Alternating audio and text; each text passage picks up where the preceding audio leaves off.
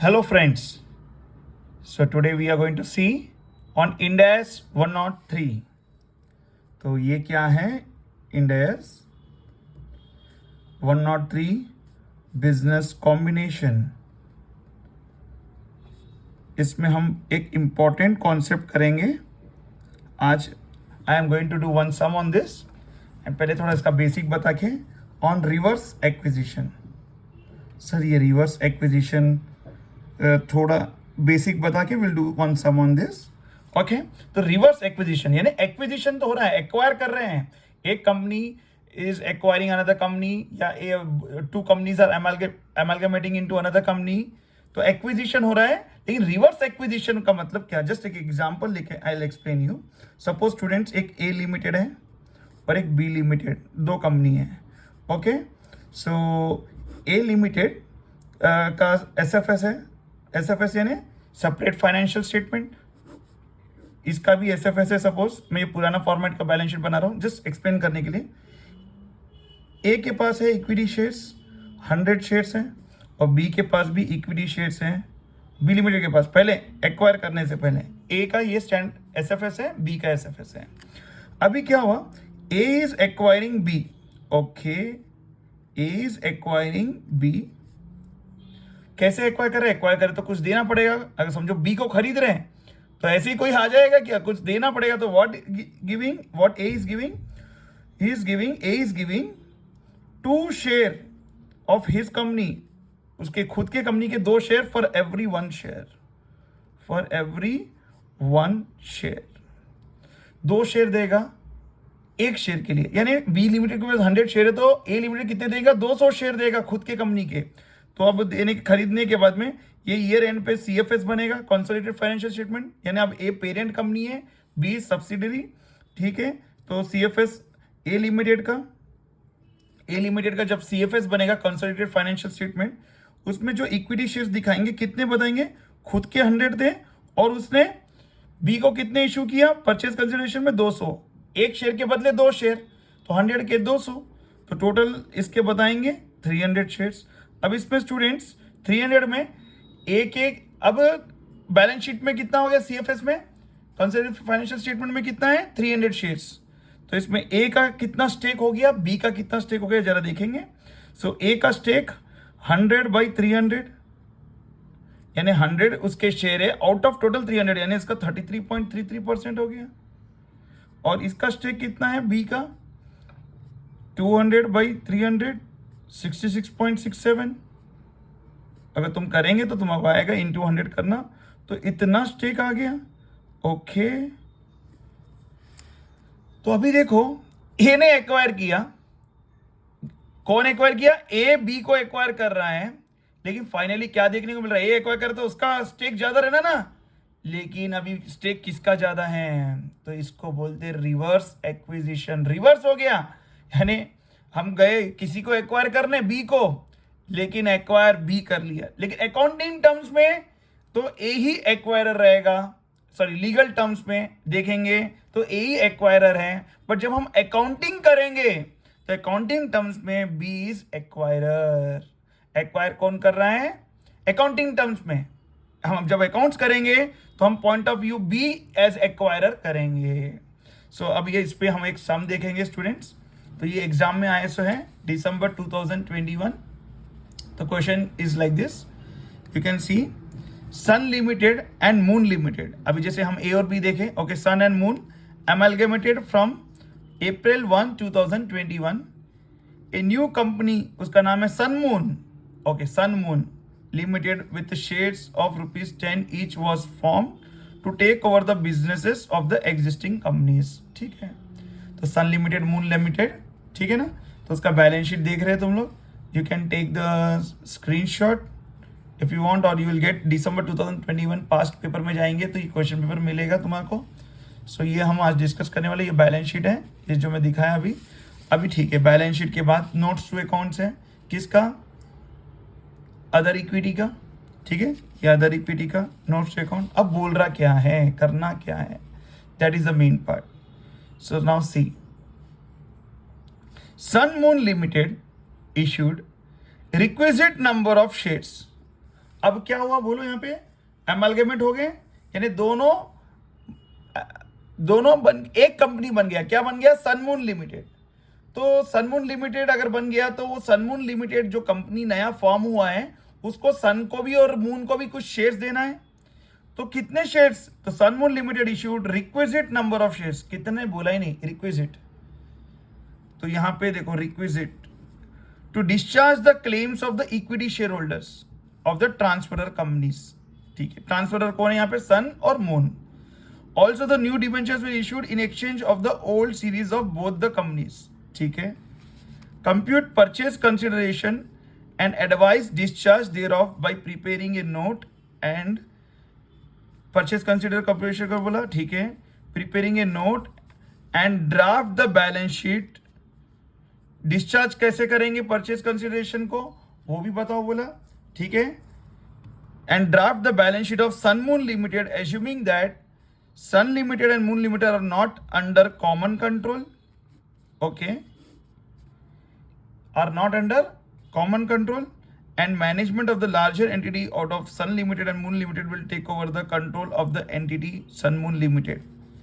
तो अब इसमें जरा देखना कि लार्जर कंट्रोल बोल के यहाँ पे वर्ड किया, will take over the control of the entity Sun Moon Limited and management of the larger entity out of Sun Limited and Moon Limited। तो हम लोग को स्टेक देखेंगे, उसके बाद ही बोलेंगे कि ये क्या किसका यानी कौन एक्वायरर है एक्चुअली फाइनली हम लोग देखेंगे। ठीक है, तो जिसका ज़्यादा लार्जर एंटिटी है वो मैनेजमेंट करेगा बोल के बोल रहा है। ठीक है, is not under common control. ठीक है, तो अभी कॉमन कंट्रोल का कॉन्सेप्ट अलग है, मैं बाद में बताऊंगा। अभी हम रिवर्स एक्विजिशन के ऊपर ये समय कैसे मैं बताऊंगा, जरा सुनो। सो सन लिमिटेड मून लिमिटेड का fair value of the business दिया और property plant and equipment inventory का बारे में भी दिया। सो ओके, सो अभी हम लोग ये कैसे करेंगे वी शैल सी। तो हम लोग स्टेप वाइज जाएंगे। हम लोग बिजनेस कॉम्बिनेशन को 6 स्टेप्स में करते हैं, तो मैं 6 स्टेप्स में तुम्हारे ये बताने की कोशिश करूंगा। ओके, सबसे पहले सो रिवर्स एक्विजिशन में सबसे पहले स्टेप 1, ये तो मैं तुम्हारे ऊपर का एग्जांपल बताया कि रिवर्स एक्विजिशन कैसे हो गया। इसमें भी हम देखेंगे एक्चुअली क्या हुआ, एमालगेमेट बन के सनमून लिमिटेड हुआ, तो एक्चुअली एक्वायरर कौन है एक्चुअली, तो वो मैं बताता हूँ। तो step 1, identify the acquirer. Step 1 कभी भी क्या रहेगा, आइडेंटिफाई द एक्वायरर। तो लीगल एक्वायरर कौन है, सो वो अपने को देखना है। ठीक है ना, आइडेंटिफाई द एक्वायरर। और अकाउंटिंग टर्म्स में कौन है, तो एक्वायरर में लीगल कौन है, अकाउंटिंग टर्म्स में कौन है, लीगली कौन है और अकाउंटिंग टर्म्स में कौन है। ओके, तो यहाँ पे कौन है, सन लिमिटेड। ये तो एमलगेमेट हो जा रहा है। Sun limited is acquiree legal terms में, लीगल एक्वायरी, लीगल के नीचे लिख रहा हूं तो लीगल एक्वायरी है। मून लिमिटेड कौन है, लीगल एक्वायरी। और सन मून लिमिटेड कौन है, लीगल एक्वायरर। ओके ना, ये हो गया। अकाउंटिंग टर्म्स में क्या हो रहा है, तो बोला जो लार्जर एंटिटी है तो वो अपने को देखना पड़ेगा कि किसका स्टेक कितना है, वी शैल सी। हाँ, और फिर उसके बाद में हम अकाउंटिंग टर्म्स में कौन एक्वायरी है कौन एक्वायरर है अपने को देखना पड़ेगा। सो फॉर दैट ना, सो मैं तुम्हारे एक वर्किंग नोट करवाता हूँ, सो प्लीज नोट डाउन। और उसके पहले स्टेप 2, डेट ऑफ एक्विजिशन ये कब हो रहा है वो तो लिख लेंगे। Step 2 is date of acquisition. अभी अकाउंटिंग टर्म्स में अभी मैं नहीं बताया, बताऊंगा एक्विजिशन। ठीक है ना, डेट ऑफ एक्विजिशन कब हुआ, डेट ऑन, डेट दिया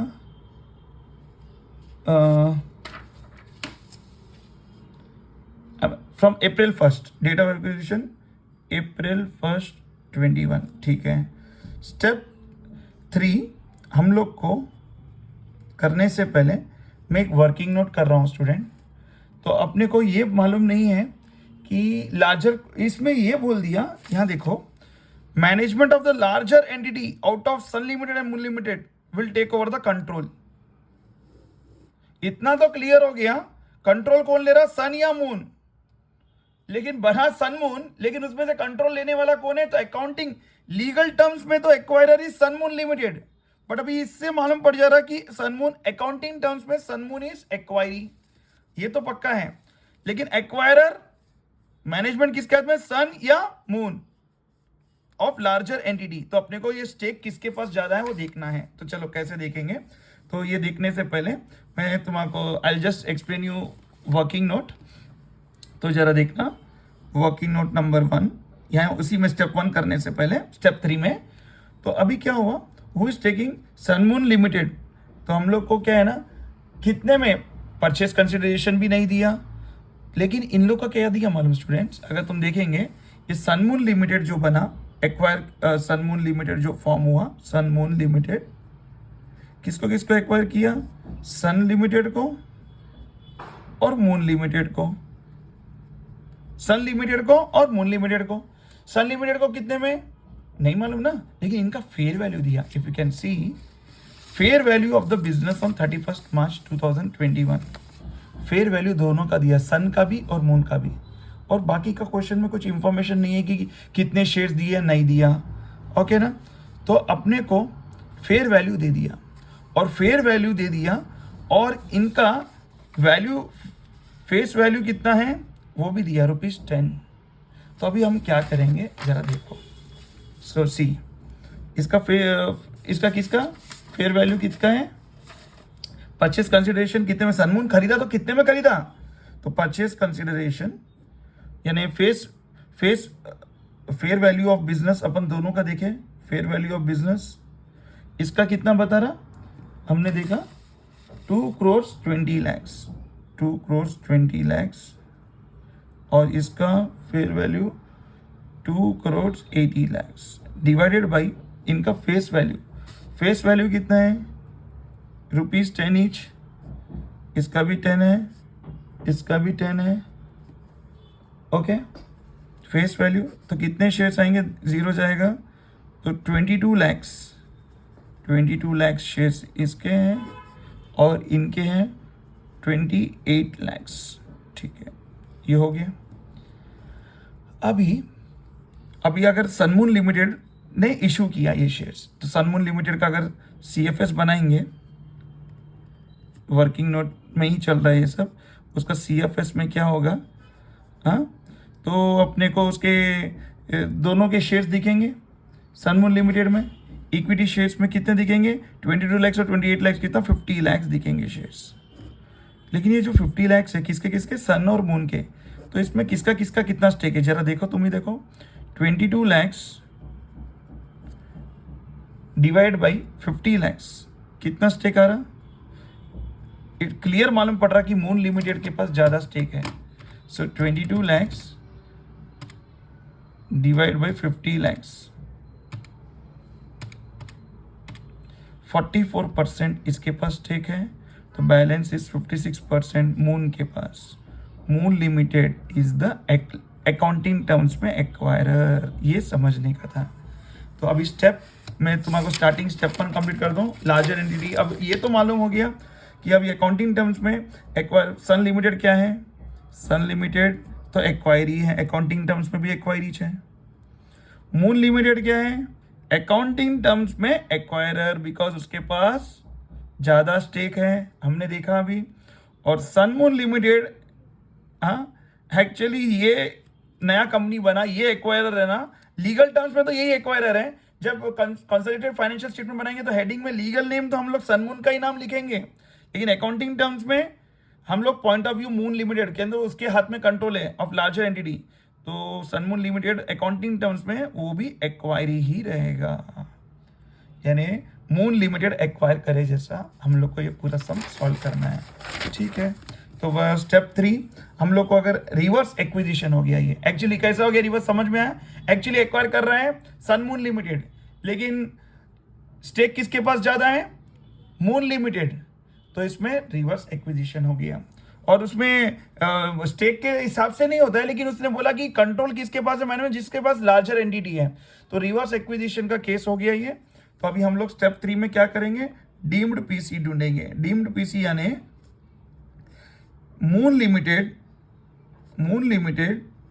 दे रहा है ना, किसको किसको दे रहा है मून लिमिटेड खरीद रहा है किसको, moon limited is purchasing sun limited, accounting terms में तो यही होगा, sun limited and sun moon limited को तो खरीदेगा क्या, वो तो खाली कंपनी है, ये तो अभी नया फॉर्म हुआ है, तो इट इज, तो मेन इसको ही खरीद रहे हैं। परचेस कंसिडरेशन कितना, सन मून लिमिटेड भी लिखेंगे, ओके ना, इसको भी और इसको भी, लेकिन ये तो नया कंपनी है, इसको तो क्या खरीदेगा, इसके पास कुछ है ही नहीं, शेल कंपनी है, शेल बोल तो खाली है, तो खरीद रहा मेनली इसको ही। कितना परचेस कंसिडरेशन में, तो जरा देखना तो कितना कैसा निकालेंगे। तो अपने को ओपनिंग शेयर्स निकालना, ओपनिंग शेयर्स कितने थे, तो ओपनिंग शेयर्स अगर तुम देखेंगे बैलेंस शीट में, इसके मून लिमिटेड के opening shares if you see face value